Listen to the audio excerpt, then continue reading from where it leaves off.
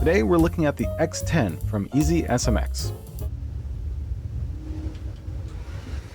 Inside the box, you'll find several items, like a multi-language user manual, a welcome and brochure card, a USB-C to USB-A cable, a wireless dongle, and different color options for the faceplate and wing plates, and of course, the X10 itself. If it wasn't obvious already, the X10 shares a similar shell to the Xbox Series controller, and among those similarities are some premium differences. It has mechanical ABXY start and select buttons, Hall effect right and left thumbsticks, mechanical and tactile feeling D-pad, a home button. However, the settings button is not a share button. Similar feeling shoulders and triggers, a USB-C port for wired, and a multi-position switch for wireless connections. And that wraps up the similarities. Now, onto the extras. The X10 features extra M1 and M2 buttons located perfectly for the middle fingers.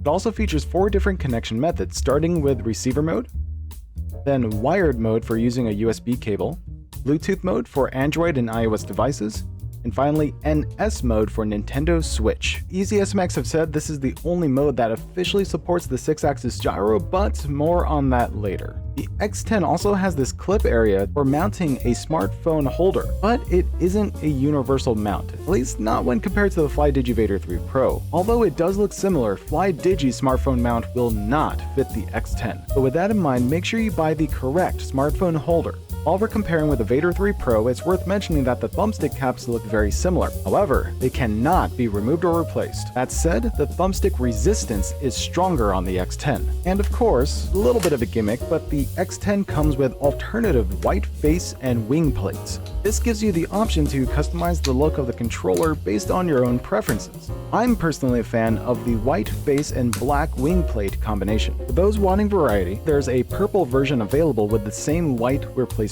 plates. Also, you'll find a settings button for remapping the extra M1 and M2 buttons on the fly to any existing triggers or buttons except for the start, select, and home buttons. On the underside, you'll find 2 additional buttons for configuring the turbo and vibration settings. This turbo button will allow you to set up turbo on any button or trigger, and the vibrate button will allow you to set any one of 5 different vibration levels. Now, with all of that out of the way, let's go over what I like and don't like about the X10 Mechanic Master from EasySMX. So the first thing I want to mention is these thumbsticks. Because while they resemble the Vader 3 Pro and the Direwolf 2 thumbsticks, they are, in my opinion, better. And that is because of the spring tension. It is noticeably stronger in the X10 compared to my Vader 3 Pro and Direwolf 2. This extra tension helps me be more precise with tasks that require very little movement in the sticks. So for example, air-to-air refueling in DCS World, Transfer complete. or trying to line up that long-distance headshot in a game like Call of Duty. Now that said, while the deadzone does feel tighter, there is still a software-imposed deadzone. And that is the reason why Gamepad Tester always shows 0.00002 whenever the thumbsticks are not being touched. It's not because they are Hall effect thumbsticks, it's because there is already a deadzone being applied by the manufacturer, albeit a very tight deadzone, so really it's not a bad thing. I just wish there was a way to activate some sort of zero deadzone mode. Another good thing to mention about this controller, which I failed to mention in the overview, is the 1000 mAh battery. This battery is advertised to last between 15 and 21 hours, and has a charge time of approximately 2 to 4 hours. So most people, unless you're literally gaming all day, most people will be able to charge their controller in between play sessions and never be without a controller that's ready to go. I talked about this briefly earlier, but just to go over it really quick, in order to set up one of the extra M1 or M2 buttons to one of the existing face buttons, you press and hold the system button until the light turns green. Then once it's green, you press one of the M1 or M2 buttons you want to bind, in this case M2, and then you simply press the button you want to bind it to. In our case, let's bind the Y button. And now press the system button one more time, and now that binding is set. Now anytime you press M2, it will press Y. But in addition to this, you can also bind macros. In this case, let's set it up to M1, and now you can bind a series of buttons, for example when throwing a fireball. Once you're happy, press the system button again, and now anytime you press that button, it will perform that set of actions. Now, unfortunately, you can't get too complicated with the set of actions you want to set up as part of the macro. For instance, in this example, I set up a overhead buffer into a raging demon, but when I try to play it back, oh, it does work. Wow, look at that. Holy crap. hold on. This literally didn't work.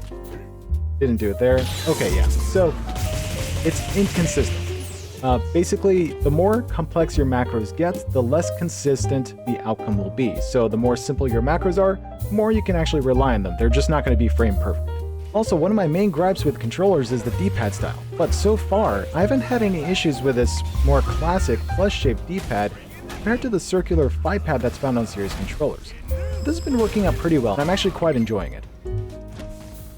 Also, while the gyro that's built into this controller is not advertised to work with anything except for Switch, you can get it to work with your PC using Steam. All you really have to do is switch over to Nintendo Switch mode. Then, just like when you connect to a Nintendo Switch, press and hold the power button for 3 seconds, let it power on, and continue holding until the light becomes quickly flashing. This indicates that it is in pairing mode, and then you can connect this controller to your PC like a normal Bluetooth device. And once it's connected, it will be detected by Steam as a Switch Pro controller, which means you gain access to the built-in gyro and the hair triggers. And by doing this, you'll be able to use the gyro in games like Call of Duty. To demonstrate this, if you notice, even though I'm moving my controller left and right, up and down, rolling it all around, nothing's actually happening in-game. That's because I've set it up in Steam so that the gyro will only activate if I'm holding the left trigger.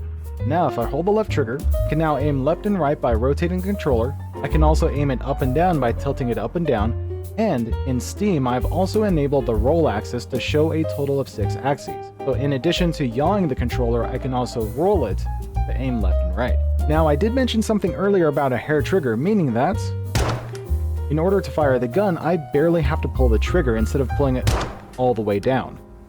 Now, this isn't possible just because I switched to Nintendo Switch Pro Controller mode. This can be done in X input mode, depending on how you've configured Steam to handle trigger pulls. And on the topic of officially supported devices, this controller only supports Switch, Windows, iOS, Android, and Steam Deck. It does not officially support Xbox or PlayStation consoles, unless of course you use some kind of adapter. Just, keep in mind, there's already been a push by companies like Microsoft to prevent non-licensed third-party controllers from working with their consoles. Another useful feature on this controller is the turbo button.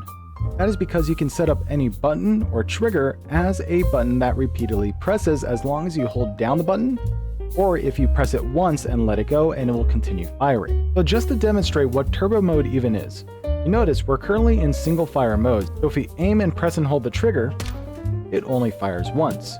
But if we press and hold the turbo button, then pull the trigger to set that as a turbo button, now if we aim and then press and hold the trigger, it will continuously fire. Now the benefit of this isn't immediately apparent unless I show you this, because if we were to shoot this guy in the chest in full auto mode twice, he doesn't die. It takes a third shot to kill him. But if we switch to single fire and then shoot him in the chest twice, he dies in one last shot because single shot is, for whatever reason, more powerful than full auto. Now imagine if you were to set it up so that single shot behaves like full auto, meaning you get full auto despite being in single fire, which is the more powerful mode.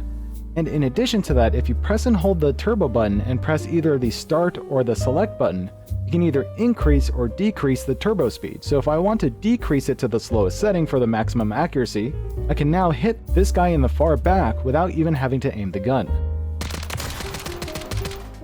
So overall, what do I think about the X10 controller from EasySMX? For $49.99, honestly, this is a very solid controller. Between its Hall effect thumbsticks, fantastic spring tension in those thumbsticks, and very clicky face buttons, this is a very satisfying controller to use. However, if you are looking for additional functionality, I would instead go for something like a FlyDigi Direwolf 2, which is also $49.99. So if something like that might interest you, then check out my review of the Direwolf 2 found here.